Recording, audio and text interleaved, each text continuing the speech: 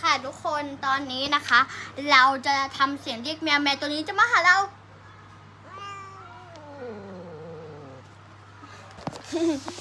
มาเริ่มกันเลยค่ะอันดับที่หนึ่งอุ๊ยมาสิแกล้งทำเป็นลูกแมวกำลังร้องไห้อยู่นะคะ เริ่ม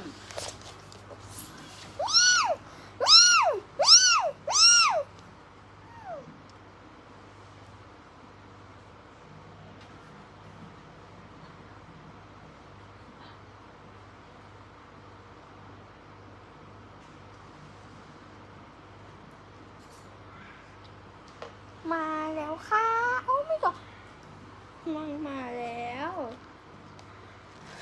เห็นไหมใช้ได้ผลจริงๆทุกคนลองเอาไปทำตามนั้นถ้าไม่ได้ก็มาบอกได้